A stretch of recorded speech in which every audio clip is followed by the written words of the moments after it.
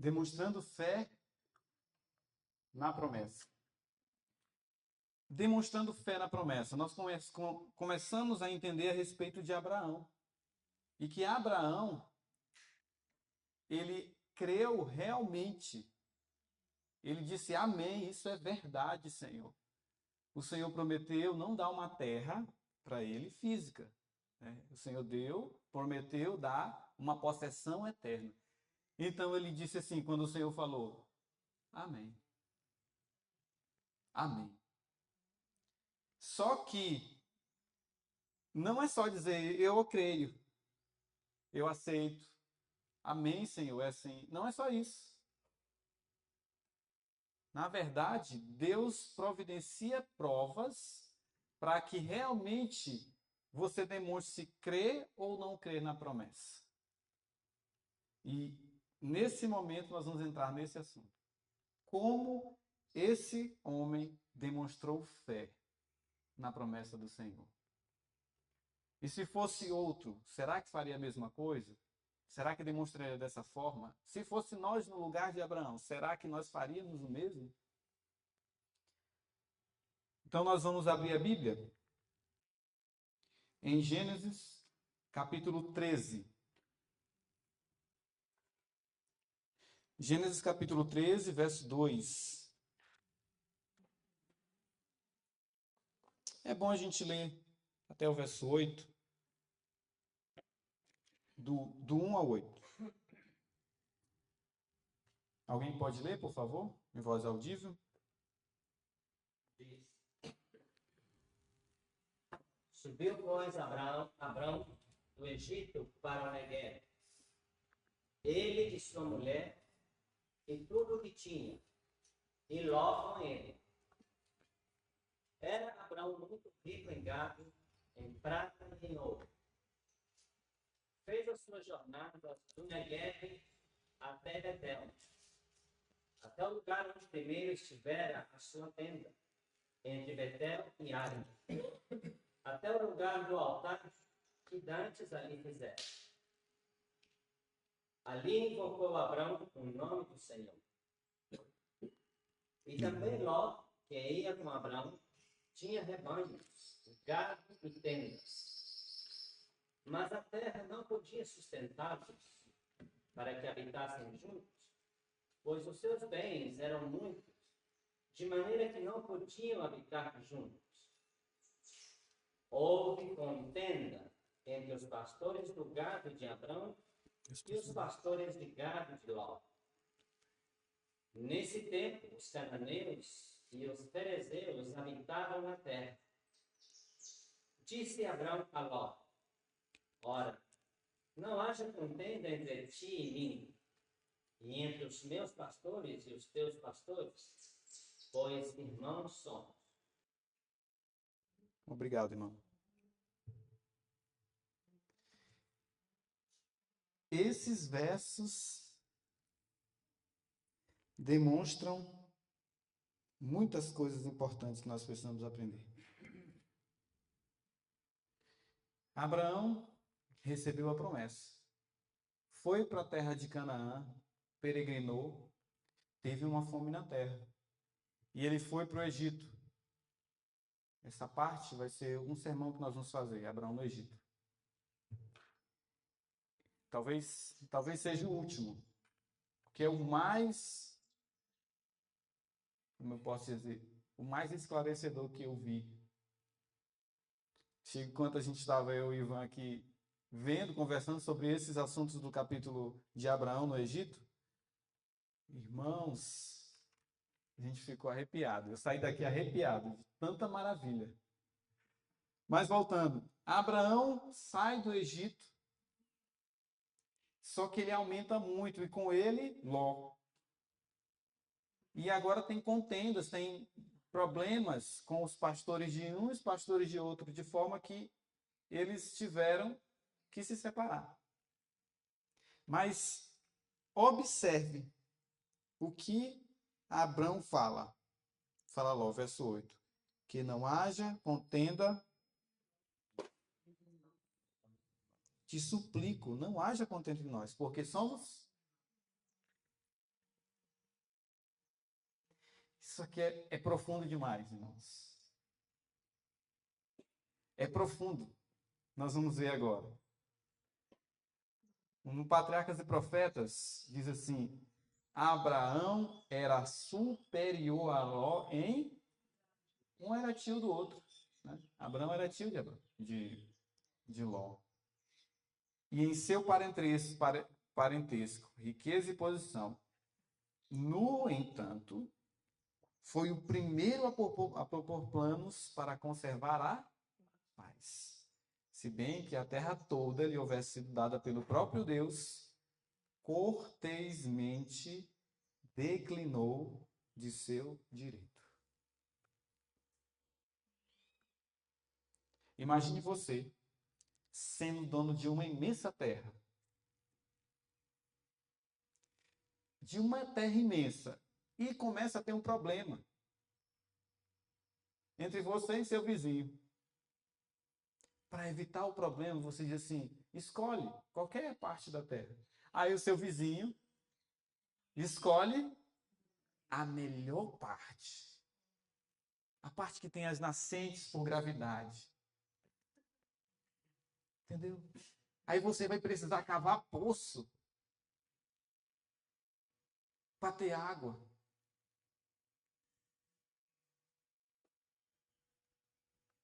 Por quê? Por que isso? A ordem natural das coisas é o melhor para mim. Lá para onde a gente mora diz farinha pouca, meu pirão primeiro. Para cá diz também isso?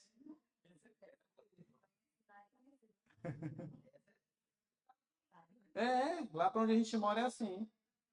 Farinha tá pouca, primeiro é o que eu vou, meu pirão aqui, o que eu vou comer. Porque a farinha faz um pirão, né? Mistura com caldo, com água, e faz um pirão e a pessoa come. É assim. Farinha pouca, meu pirão, primeiro. É. Esse ditado, irmãos, esse ditado é o ditado de Ló. Deixa, eu fico com a melhor parte. A terra toda não era dele. Ele, na verdade, era só um parente. Parente, a terra era de Abraão. Quando o Senhor diz assim: e Abraão disse a Ló: ora, não haja contenda. O que Deus quer nos falar com essas palavras? Que não haja contenda. O que mais tem atrapalhado a causa da verdade no nosso tempo? Contenda. Contenda. Sim, contenda. Por que a contenda? Porque um quer uma melhor parte e o outro também quer a melhor parte. E começa a ter divergências, intrigas. Então está havendo muita contenda. Contenda. Contenda. Isso. Ontem eu estava conversando com o Ivan à noite sobre isso. E a gente estava meditando. Eu não vejo um bandista brigar com outro bandista. Se pegarem um respondendo o outro na internet. Eu não vejo um adorador de Satanás brigar com outro adorador de Satanás. Eu não vejo, irmãos. Vocês já viram isso?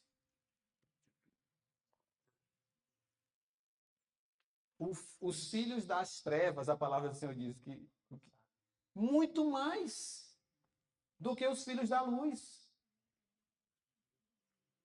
Nós temos toda a luz, mas estamos com contendas entre irmãos. Aí um irmão viu o outro fazendo algo de errado, ao invés de chegar no irmão, conversar com ele, resolver o problema, não. Contenda, vai falar para outro irmão. Aí outro irmão fala para outro, depois fala para outro, e aumenta, aumenta, aumenta. Quando chega no irmão, ninguém mais consegue saber o que é verdade e o que é mentira. Na verdade, tudo é verdade. Porque todo mundo acredita. Irmãos, que não haja contenda. Ellen White diz que a contenda, foi um dos pontos que impediu Israel de entrar em Canaã, que impediu a igreja de proclamar o alto clamor, da chuva serôdia cair, até hoje. Contendas. Que não haja contendas, irmãos. Não pode haver mais contendas. Abra sua Bíblia em Mateus capítulo 12. Mateus capítulo 12, verso 22. Nós vamos ler até o 26. Então, amém? Então trouxeram-lhe um possuído por um demônio, cego e mudo, e ele o curou, de tal modo que o cego mudo falava e via. E toda a multidão espantada dizia: não é este o filho de Davi? Verso 24. Mas os fariseus, ouvindo isso, diziam: este indivíduo não expulsa demônios, senão por Beelzebul, príncipe dos demônios. Jesus, porém, conhecendo-lhes os pensamentos, disse-lhes: todo reino dividido contra si mesmo é desolado, desfacelado, e toda a cidade ou casa dividida contra si não subsistirá. É assim, irmãos. Se Satanás, verso 26, expulsa Satanás, está dividido contra si. Como ele vai subsistir? Como o seu reino subsistirá? Não tem como. E a maior prova que o reino de Deus não está subsistindo aqui dentro é porque há contendas. Essa é a maior prova, irmãos. Como um reino dividido. E olha que nós não deveríamos ter um reino dividido. Marcos capítulo 9, verso 38 a 40. E João lhe respondeu, dizendo: mestre, nós vimos um que expulsa demônio em teu nome, mas ele não nos segue. E nós o proibimos, porque ele não nos segue. Jesus, porém, disse: não lhe o proibais, porque não há homem que faça milagre em meu nome e possa falar algo, e possa logo falar mal de mim. Diz mais, porque quem não é contra nós é. É isso, irmãos. É o que o Senhor está falando para a gente. Eles olharam aquele homem que estava fazendo milagres e eles tiveram inveja, ciúmes, porque na cabeça deles, eles eram os representantes, eles eram os escolhidos, eles eram a igreja verdadeira. Resultado: eles proibiram a pessoa. Não é isso que está acontecendo no nosso tempo?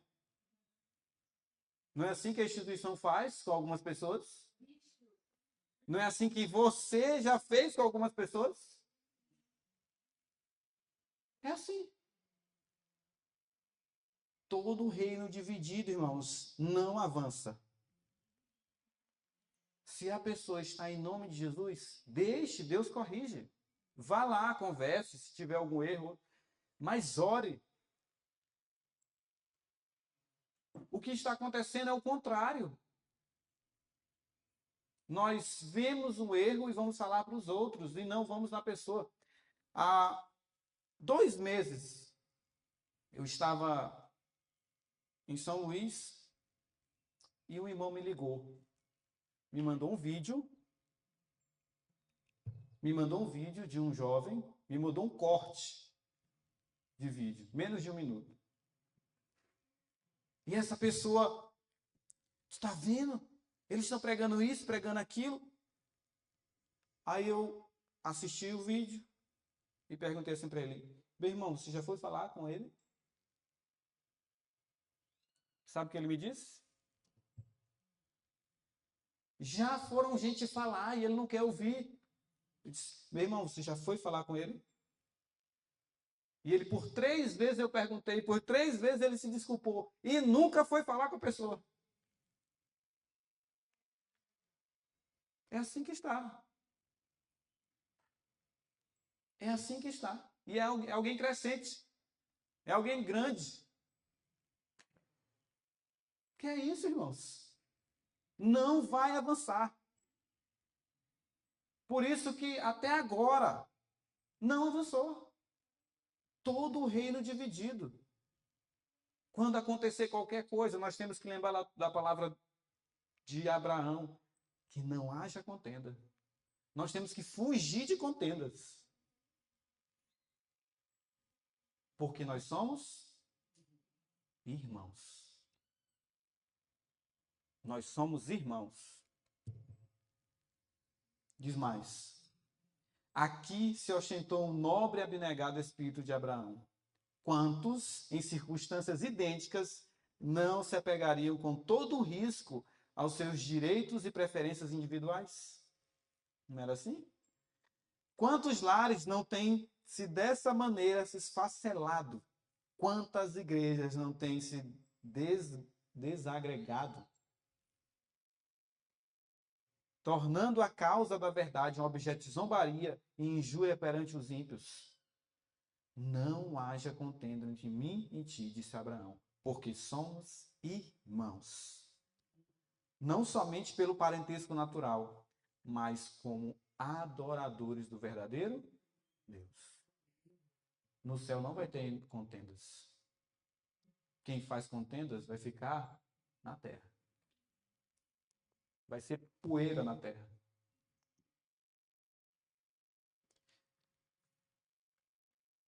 Quando entendemos a natureza da promessa de Deus a Abraão, podemos compreender o segredo da sua generosidade. Suponhamos que Ló escolhesse a melhor parte do país, que foi o que ele fez. Isso não faria diferença para a herança de Abraão. Porque ele tinha Cristo. Em Cristo ele ia ter todas as coisas. Ele não olhava para as possessões dessa vida, mas na futura aceitaria com gratidão qualquer prosperidade que o Senhor lhe enviasse. Porém, se suas riquezas nesta vida fossem pequenas, isso não diminuiria a herança que lhe foi prometida. Abraão compreendeu que essa terra e tudo que tem nela não vale nada. Vai queimar. Só aquilo que Deus prometeu para ele tinha valor. Por isso que ele preferiu ceder às nascentes de água, às cidades regadas, às planícies cheias de grama verdinha, cheia de pasto para os animais do sobrinho dele. Foi isso. Se nós tivermos esse entendimento, irmãos, muitos problemas nós evitaremos de agora em diante. Muitos que nós até caímos. Se nós tivermos o entendimento que nós não somos dessa terra, que essa promessa que Abraão entendeu, você recebe em Cristo, você não vai ter problema nenhum mais. Se alguém pisar no teu pé, tranquilo. Esse pé aqui vai acabar. Deus vai fazer outro corpo. É assim. Acabou os nossos direitos, os direitos dos humanos. Não temos direitos humanos mais. Nós vamos ver por que não teremos isso.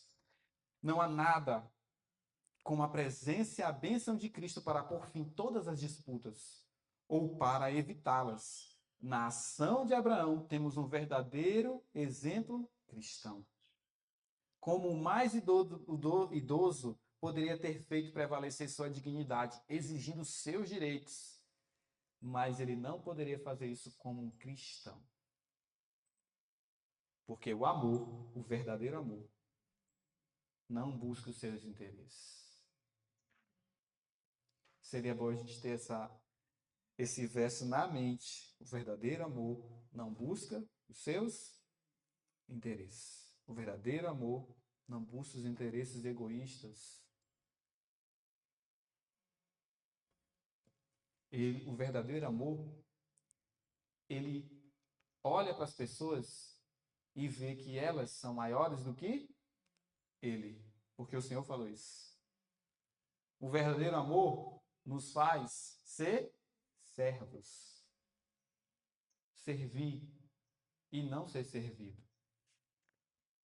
Abraão manifestou o verdadeiro espírito de Cristo quando os profetas cristãos são ávidos em agarrar as coisas deste mundo e temem ser privados de alguns de seus direitos, mostram indiferença para com a herança que Cristo oferece.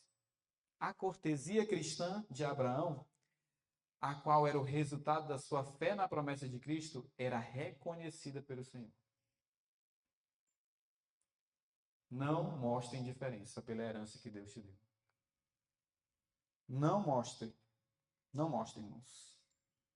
Deus nos deu uma herança que não tem recurso nessa terra, que não tem ouro, que não tem nada aqui que consiga adquirir. Veja os bilionários que morrem. Quanto do seu dinheiro consegue dar mais um segundo de vida? Nenhum. Deus prometeu foi eternidade para o seu povo, eternidade. Deus prometeu a eternidade para o seu povo. Deus prometeu Cristo para o seu povo. Que promessa! Existe alguma coisa que pelo menos equipare nessa terra a essas promessas? Não há. E realmente, o que Abraão buscava? Abra sua Bíblia em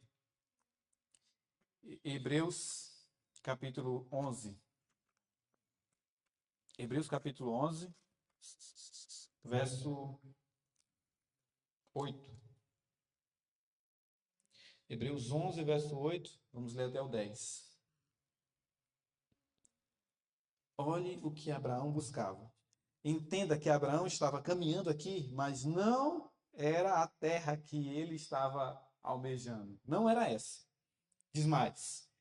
Pela fé, Abraão foi chamado para ir para um lugar que havia de receber posteriormente por herança. Obedeceu e saiu, sem saber para onde ia. Pela fé, peregrinou na terra da promessa, como em uma terra estranha, habitando em tabernáculos com Isaque e Jacó, e os herdeiros com ele da mesma promessa. Por quê? O que diz aí no verso 10?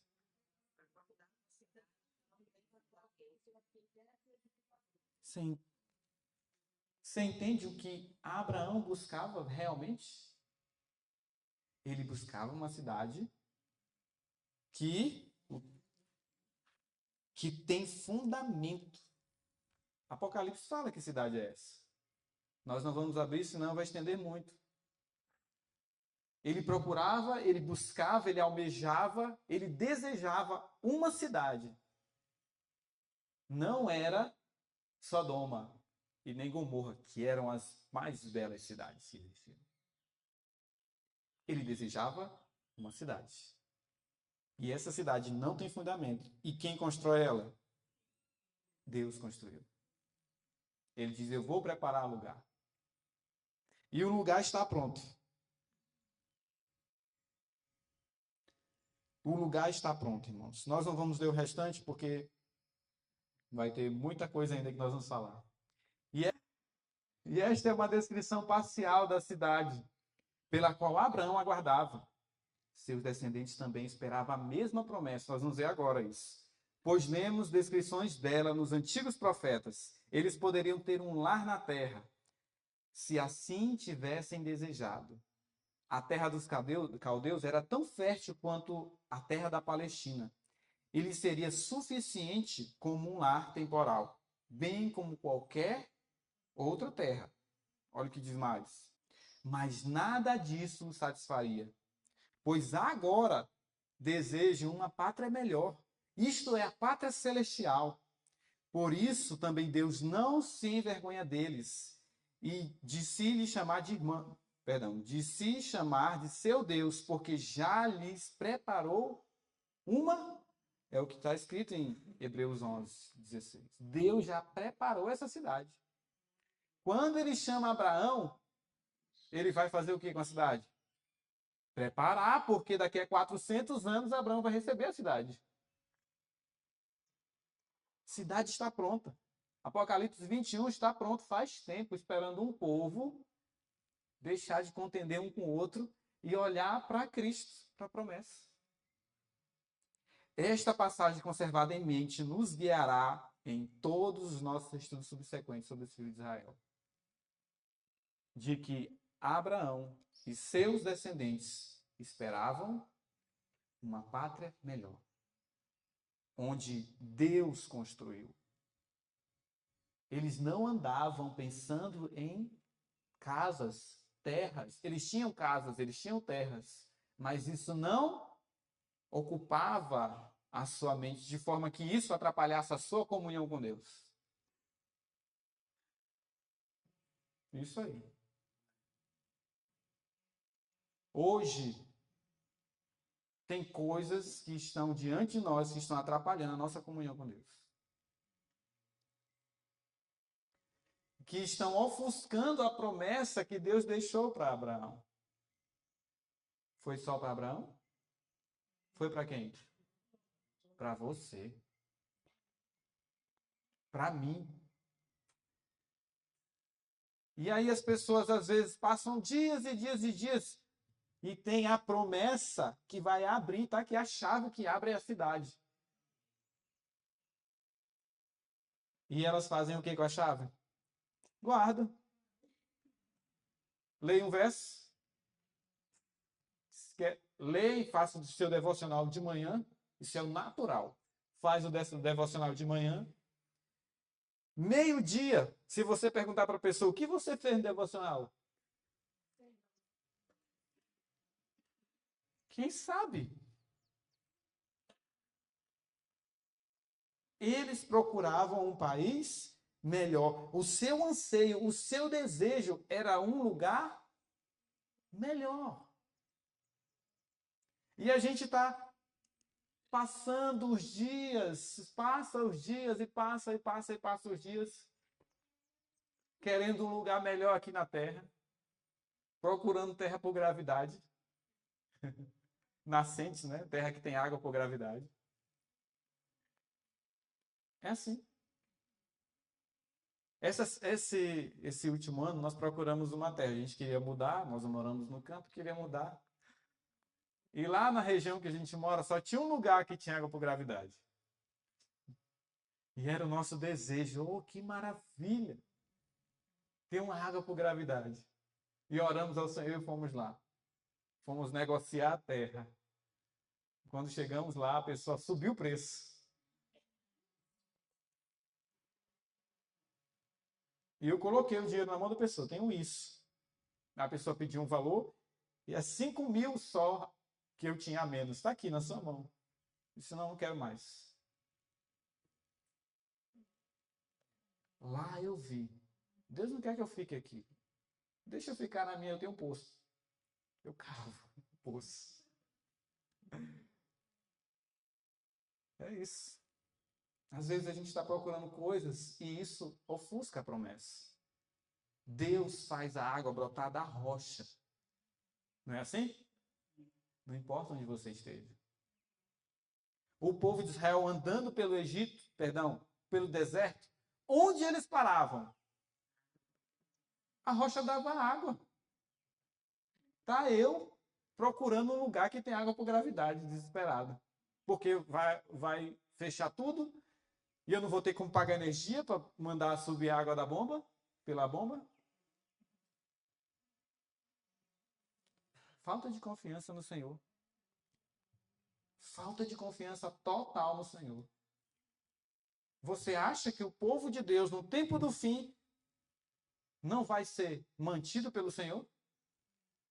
se até aqui nos ajudou o Senhor? Ou a gente não acredita mais nisso? Até aqui nos ajudou o Senhor. O Senhor mente em falar isso? Pois então, é até aqui. É até hoje. Dia 20 e quanto? 23 de dezembro de 2024. Até aqui o Senhor nos ajudou.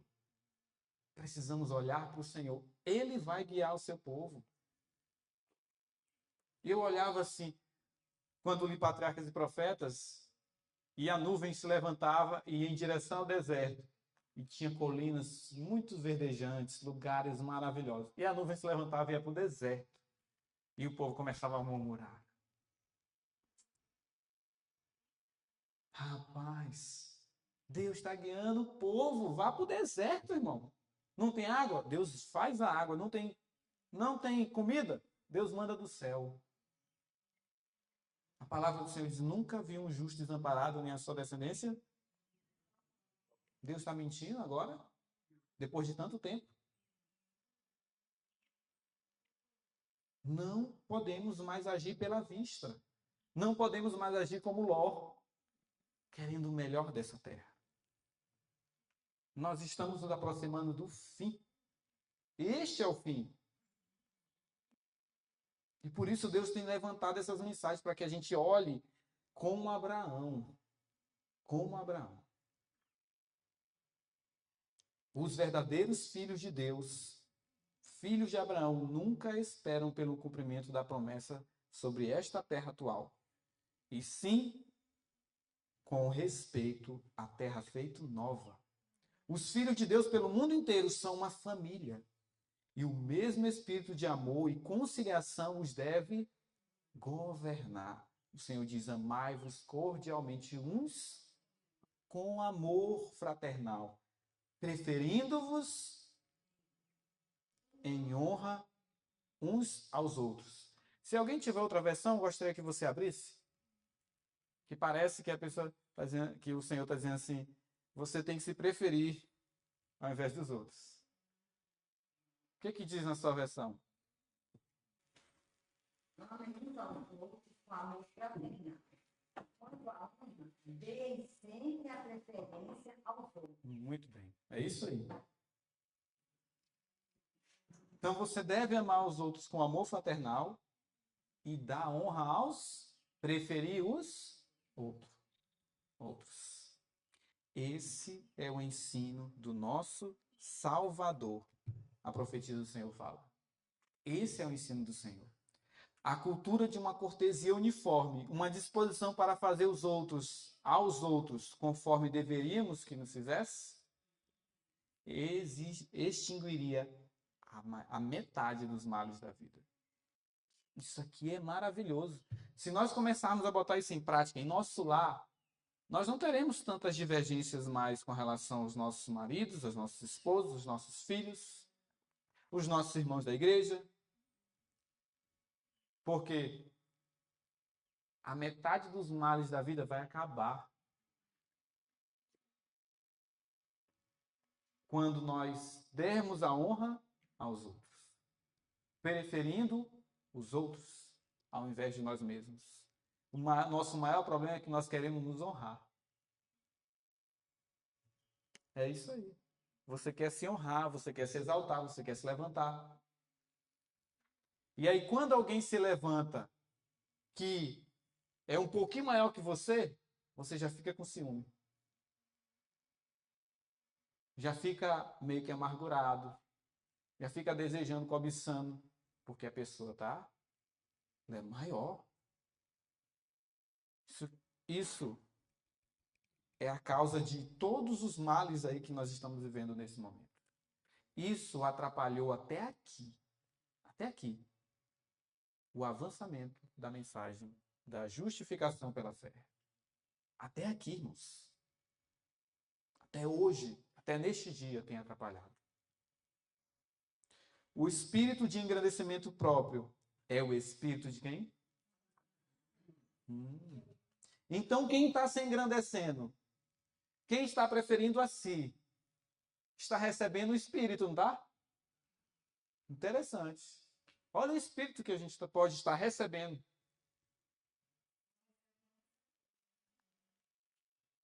Tem o derramamento do Espírito de Satanás também.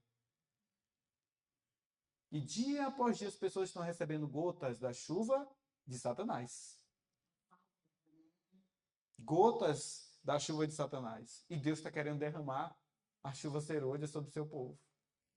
Mas o coração em que o amor de Cristo é acalentado possuirá aquela caridade que não busca o seu próprio proveito. Tal coração dará atenção ao mandato divino. Deus diz, não atente cada um para o que é seu, mas cada qual, né, também para o que é dos outros.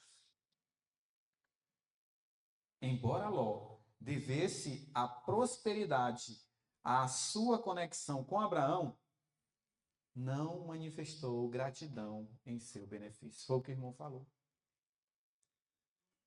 O que Ló tinha, ele tinha recebido. Mas o que ele fez com o que ele recebeu? Eu vou ficar para mim. E na hora de demonstrar gratidão, ele demonstrou ingratidão. Não demonstrou gratidão para o seu benfeitor. A cortesia determinava que ele cedesse à escolha de Abraão. Mas, em lugar disso, esforçou-se egoisticamente por tomar todas as vantagens. O Senhor que fala isso, patriarcas e profetas. E levantou Ló os seus olhos e viu toda a campina do Jordão, que era toda bem regada. E era como o jardim do Senhor, como a terra do Egito, quando se entra em Zoar. E ele olhou a terra e desejou a terra. Depois da separação, agora observe, quando alguém age pela fé na promessa. Depois da separação de Ló, Abraão de novo recebeu do Senhor, uma promessa de todo o país. Logo depois disso, ele se mudou para Hebrom, construindo sua tenda sobre os carvalhos de Manre, e erguendo ao lado um altar ao Senhor, ao ar livre, daqueles planaltos, com os bosques de oliveiras e vinhedos, com seus campos de cereais, ondearem, né? E as vastas paisagens das colinas circunjacentes, morou ele, muito contente com a sua vida e patriarcal, deixando Ló no luxo perigoso de Sodoma.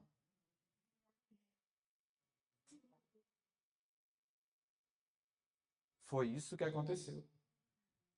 Quantos, se tivéssemos no lugar desses homens, faríamos o mesmo que Ló? Preferiríamos o luxo, a facilidade, a praticidade. Quantos? Quantos não estão fazendo isso? Irmãos. Mas Abraão morou muito contente, tendo que cavar poço. O povo de Deus são os seus representantes na terra, e é seu desígnio que eles sejam luzes nas trevas morais deste mundo. Ellen White fala assim: provações pacientemente suportadas, bênçãos recebidas com agradecimento, mansidão, bondade, misericórdia e amor manifestados habitualmente são as luzes que resplandecem no caráter perante o revelando o contraste com as trevas que vêm do egoísmo do coração natural. Irmãos, Deus, quando eu recebi o convite para vir para cá, eu orei ao Senhor, pedi para ver o que era realmente que eu tinha que fazer. Alguns irmãos iam para minha casa e no final de ano nós iríamos fazer algo parecido com isso aqui, né, com um congresso, mas bem simples, né, para poucos irmãos. E eu fiquei sem saber, Senhor, o que é que eu faço? Então eu orei ao Senhor. E o Senhor me respondeu por 2 vezes, para eu vir para cá. por 2 vezes. Como há muito preconceitos, eu vou evitar não falar como o Senhor respondeu. Uma das vezes eu abri a palavra do Senhor, e estava lendo o livro de Gênesis, de Êxodo. Eu mandei até esse texto para o Ivan. No meu devocional, eu pedi, orei e me ajoelhei, Senhor, mostre a sua vontade. E o Senhor disse, vá. No livro de Êxodo. E eu até mandei para ele.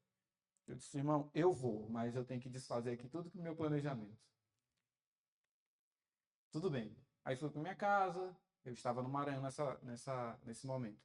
Fui para o Ceará, que é onde a gente mora, e comecei a trabalhar, porque nós tínhamos um compromisso de volta no Maranhão, agora, no final do ano. E nós fomos convidados lá atrás, há 2 meses. E no trabalho, eu estava mexendo com as coisas, e fui movimentar uma moto de lugar, uma moto lá que a gente tem, velhinha, e eu puxei a moto. E ela estava com descanso no chão, e o descanso veio e arrancou a minha unha do pé. E estava próximo demais de vir para cá. Aí eu comecei, Senhor, o que eu vou fazer? Eu não conseguia nem andar, porque ficou inchado. Tive que ir para o hospital, e vou contar isso daqui a pouco. E por muitas vezes o Senhor disse, vá. E eu dizendo, Senhor, eu não posso ir, agora que eu não posso. E as coisas começaram a apertar, muita atividade que eu tinha que fazer, e não tinha como, porque tinha que carregar peso e não podia. Porque a gente não sabe, né? Mas uma unha afeta muita coisa. Então, o peso, força o teu dedinho lá e o dedo que está doente, está ferido. E então Deus pacientemente foi dizendo, vai, vai, vai, vai e vai. Eu disse, Senhor, como que eu vou agora? Como que eu vou? E Deus, ontem aqui, me disse por que eu tinha que vir para cá. Por que eu tinha que vir? Eu precisava aprender. Não era vocês que precisariam ser ensinados. Eu precisava.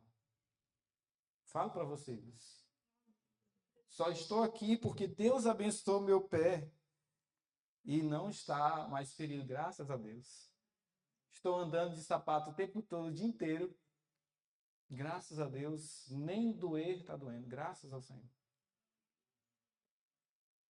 Mas Deus tinha que me trazer para cá. E Ele levantou outras pessoas para me falar isso. Eu louvo a Deus, irmãos. É uma maravilha. Eu recebi muitas bênçãos nesse livro. Muitas bênçãos. Eu não tinha lido, não por preconceito, porque há muito preconceito em cima dele. Porque eu estava lendo outro livro. Nós estudamos em casa a mensagem, eu e minha esposa. Nós dois, juntos mesmo. Ela lê, eu leio, nós comentamos, nós estudamos, nós vamos procurar coisas na Bíblia para ver se é verdade. E assim a gente faz. E olha que livro maravilhoso, maravilhoso. Está aqui ela de prova. Maravilhoso. Deus realmente fez uma luz brilhar em nosso tempo. Satanás não está satisfeito com isso.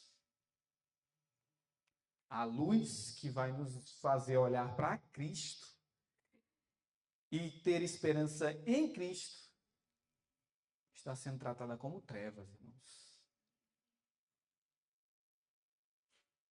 É isso que está acontecendo. E quantos não vieram para cá por causa do tema, do livro? Porque foi ventilado que havia trevas.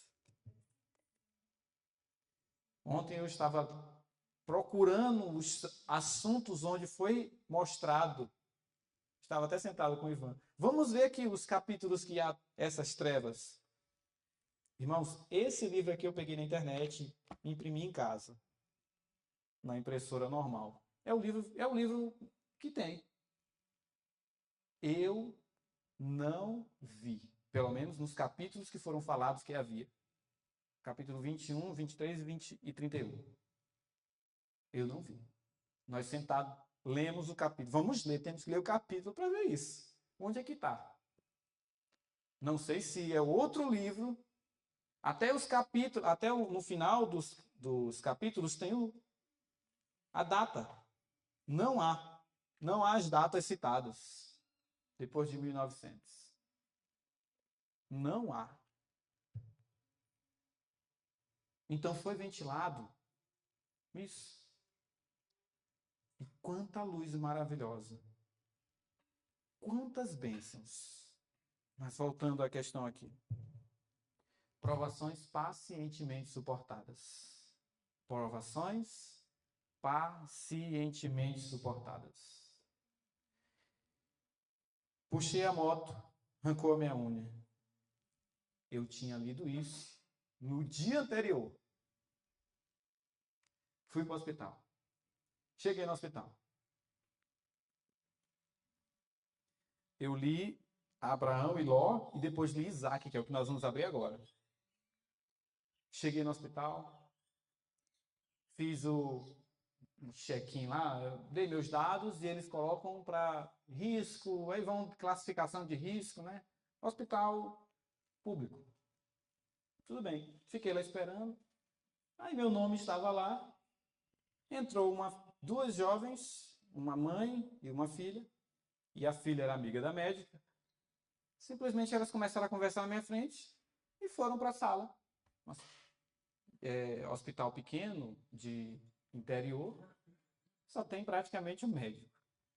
E lá a mulher ficou, passou uma hora e meia, e eu lá, paradinho esperando ser chamado. Eu disse, eu não acredito, Senhor. Eu li isso ontem. Faz isso comigo não. Não faz isso, Senhor. E eu fiquei esperando. Passou 1h40, eu marquei o relógio. 1h40, a mulher saiu de lá. Resultado. A filha estava dizendo para a médica que a mãe podia adoecer, que não estava com febre, mas que podia ficar. E elas passaram 1h40 lá conversando. Resultado, a mãe sai, vai embora com a filha e eu fico esperando. Aí lá vai chamar o próximo paciente. Quem é? Não. Tinha 2 pessoas lá. Mas já tinham sido atendidas de manhã. E estava lá. Aí a médica chamou, não veio ninguém. Aí passou, aí a pessoa que estava na secretaria foi lá. Olha, só tem ele. Passou mais 20 minutos, ela chama o segundo paciente. Provações pacientemente suportadas. E lá eu, esperando. Aí eu vou lá e digo, olha, só tem eu, não tem mais ninguém. Todo manso, todo calmo. Ela disse, não, vai lá que eu vou só resolver o assunto aqui. Tudo bem, a mulher ficou no celular, a médica. Tá ok, fiquei lá. Minha esposa na cidade, correndo de um lado para o outro, resolvendo umas coisas, e eu lá. Nós chegamos no começo da tarde, já era quase 5 horas. O tempo passou, aí ela me chama. Nem olha para mim, e eu pergunto, vai precisar tirar a unha? Aí disse, vai. Vai usar anestesia, né? Claro, tem que usar anestesia. Aí ela me deu uns papéis, eu fui para outro local, lá eles me mandaram para outro local, onde eu seria atendido para tirar a unha. Perguntei nesse local, vai precisar de anestesia, né? Claro. Fui lá pro outro. Vai precisar de anestesia, né?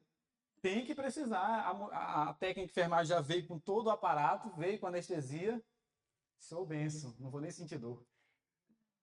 Aí lá a médica que me atendeu chega para fazer o procedimento. Aí ela fica sentada, encostada numa mesinha, com o celular na mão, mandou mensagem. 10 minutos. E eu deitadinho na cama, orando. Senhor, me dá paciência, Senhor. Eu não suporto. Aí na minha mente, provações pacientemente suportadas. Provações pacientemente suportadas. Me ajuda, meu Pai. Aí simplesmente ela colocou a luva aqui e disse, você nem precisa. Pegou, arrancou a unha com a mão.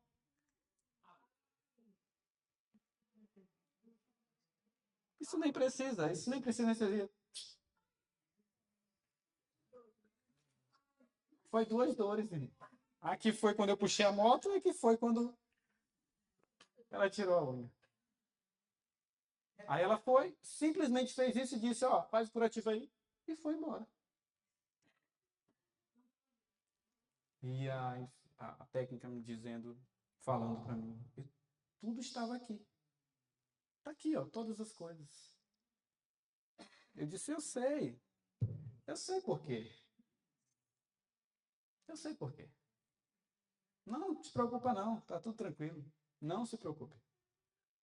Uma dor, rapaz, é tirar uma unha. 40% da unha ainda estava colada. Não era. 60% estava solta, mas 40% estava coladinha. Foi assim. E aí, quando eu saí de lá, eu terminei de ler o capítulo que nós vamos ler agora. Eu disse, Senhor, realmente, nós temos que olhar para o céu. Eu tenho que olhar para o céu, não para as pessoas. Minha irmã está dizendo que tem 10 minutos, irmão. Misericórdia. Olha o que diz. Isaac. Nós poderíamos ler Isaac, né? Vamos ler. Gênesis capítulo 26. Provações pacientemente suportadas revelam se nós somos dessa terra, se nós almejamos as coisas dessa terra, ou se a nossa pátria celestial é no céu. Provações pacientemente suportadas. Foi o que o Ivan falou ontem. 26, verso 12 a 17, diz assim: Isaac semeou naquela terra, recebeu no mesmo ano 100 vezes o que ele semeou, 100 vezes mais. E o Senhor o abençoou. E o homem se engrandeceu e foi adiante e cresceu até ser muito grande, porque ele tinha posses de rebanhos e posses de gado e quantidade de servos e os filisteus o invejavam. Verso 15 de Gênesis 26. Porquanto todos os poços e os servos de seu pai haviam cavado nos dias de Abraão, seu pai, os filisteus haviam fechado e enchido com todos os poços de Abraão foram fechados e enchidos com terra. Verso 16. E Abimeleque disse a Isaac: sai de nós, pois é muito mais poderoso do que Isaac estava naquela terra dos filisteus. E ele estava usando os poços do seu pai, que ele tinha cavado. E ele se engrandeceu no sentido de que ele prosperou muito naquela terra. Mas o inimigo não estava satisfeito com isso. Então o inimigo usou Abimeleque para quê? E eles fecharam os poços. Imagine você cavar um poço numa terra sua, e alguém vir jogar pedra, terra, encher de... O que você vai fazer? O que você vai fazer? Verso 17. Isaac partiu dali e armou a sua tenda no vale de Gerar e habitou ali. Olha só. Por que Isaac agiu dessa forma?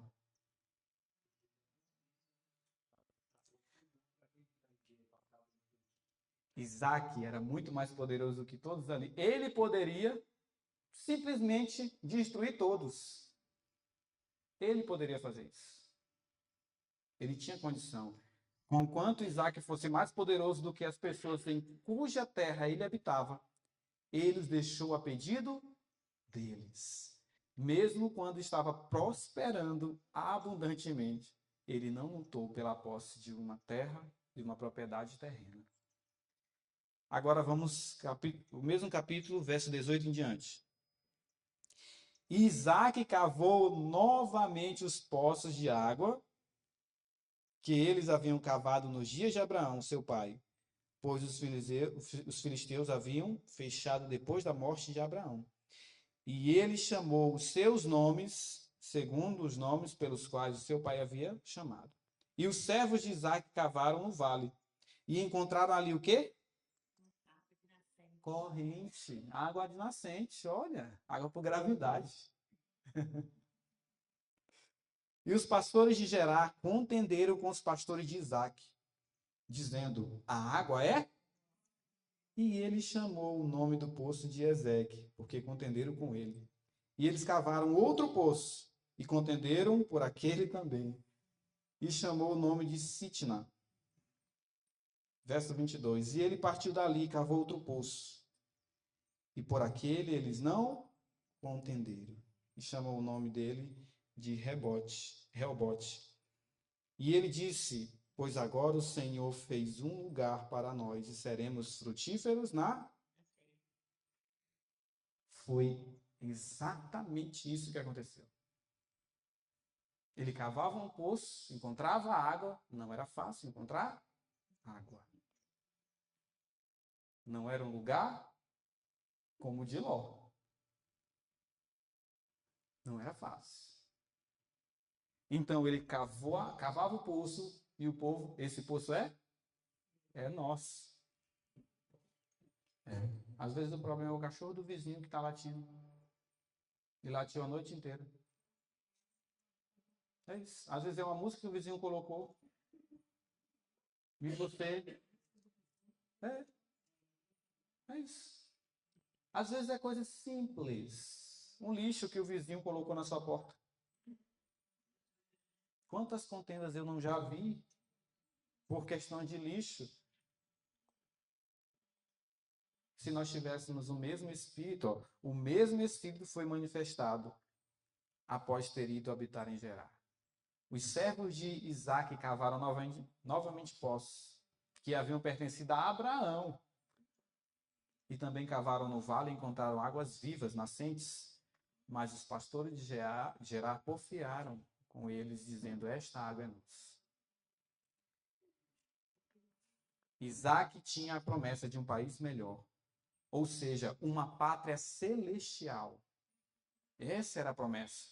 E, portanto, não contenderia pela posse de uns poucos quilômetros de terras neste planeta amaldiçoado pelo pecado. Porque deveria fazê-lo. Porque ele deveria contender. Não era a herança que o Senhor lhe havia prometido, e porque deveria lutar por uma parte da terra em que era peregrino. É verdade que ele tinha que viver, mas permitiu que o Senhor dirigisse isso para... Olha só como Deus é maravilhoso. Em todos os lugares que ele chegava, ele cavava e encontrava água. Mesmo as pessoas indo lá, essa água é nossa. E ele ia para outro lugar e encontrava. É isso, irmãos. Ele cria realmente no Senhor Jesus Cristo. Ele sabia que o Senhor estava guiando. Ele acreditava na promessa de um país melhor. E ele dependia do Senhor. Quando forçado a sair de um lugar, partia para outro até finalmente encontrar repouso. E daí o que ele falava? Olha a bênção, irmãos. O Senhor nos concedeu esse lugar. Nisso ele revelou o verdadeiro espírito de... Quando injuriava, não injuriava. E quando padecia, não ameaçava, mas entregava-se àquele que julga justo. Esse é o espírito de quem crê na promessa. Nisto temos um exemplo: se somos de Cristo, então somos descendentes somos semente de Abraão e herdeiros conforme a... Se você é de Cristo, você vai agir como esse rapaz agiu aqui. Portanto, devemos realizar as obras de Cristo. As palavras de Cristo não resistais ao mal. Mas se qualquer bater na sua face direita, você oferece a esquerda. Enquanto a mulher estava arrancando a minha unha, eu lembrei de Cristo. Como ovelha muda, perante ao matadouro, ele não abriu a? Foi exatamente isso. Dá outra túnica. Dá outra túnica. Oferece a outra face. Não é fácil, irmão. Isso aqui não é fácil. Essas palavras são vistas como fantasiosas por muitos crentes e impraticáveis. Mas são vistas e fantasiosas e impraticáveis por aqueles que não são descendência de não são herdeiros da promessa. Cristo as praticou e temos outro exemplo no caso de Isaac também que praticou.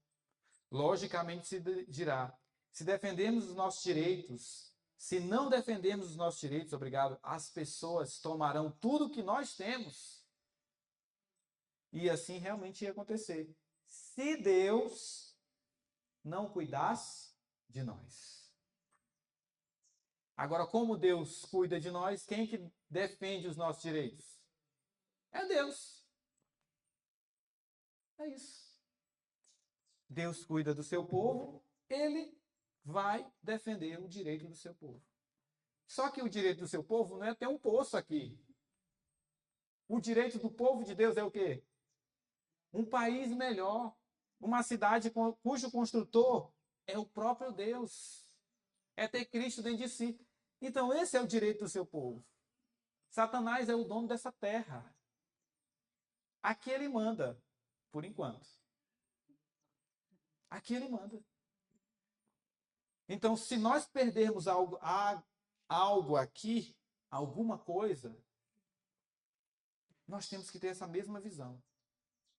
Mas se perdermos tudo o que temos nesse mundo, se praticarmos o que o texto diz, ouvimos dizerem, bem, mesmo assim, não estaremos em piores circunstâncias do que Cristo, o Senhor, quando esteve aqui na terra.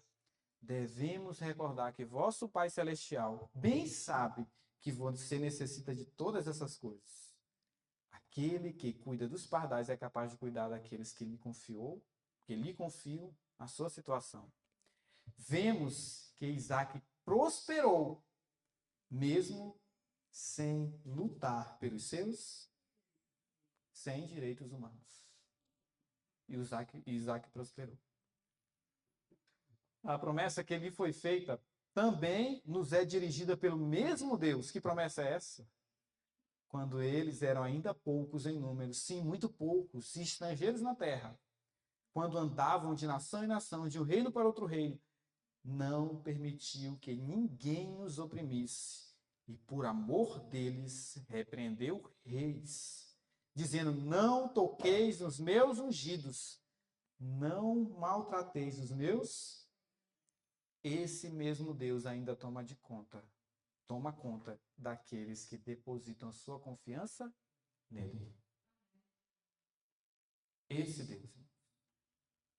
Nós temos que confiar no Deus. E se você for ver, Salmos está fazendo referência quando Jacó sai da casa de Ló e ele passa por um local, sai de perto do seu irmão, de Esaú. Ele já saiu de Ló e passou por Esaú, né? E aí, alguém pega a sua filha e abusa da sua filha. E os filhos de Jacó destroem toda uma cidade. É nesse ponto que Davi está se fazendo referência. Por amor deles, ele disse, não toqueis nos meus ungidos. É exatamente isso. E quando Abraão estava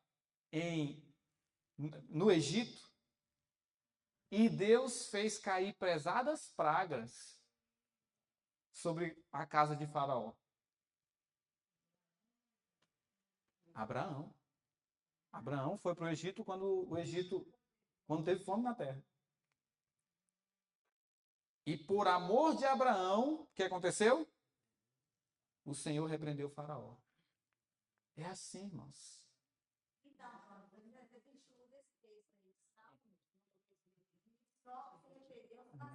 Davi faz referência a esses assuntos. Exatamente esses dois momentos, Davi faz referência. Ungidos é aqueles que têm Cristo dentro de si. Esses são ungidos. Não é a unção não é exterior.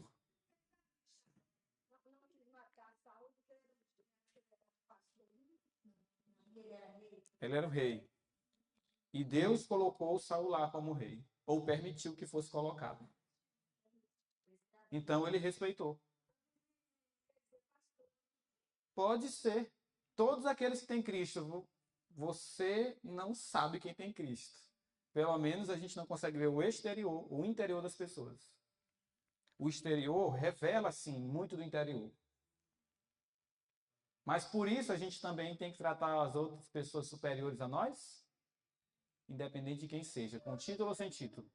Mas mesmo assim, mesmo tendo Saús que estão fazendo um monte de bobagem, tentando matar Davi, que era o ungido do Senhor, o que o ungido do Senhor fez? Que não haja contenda entre nós. Foi isso que ele falou. Porque nós somos irmãos.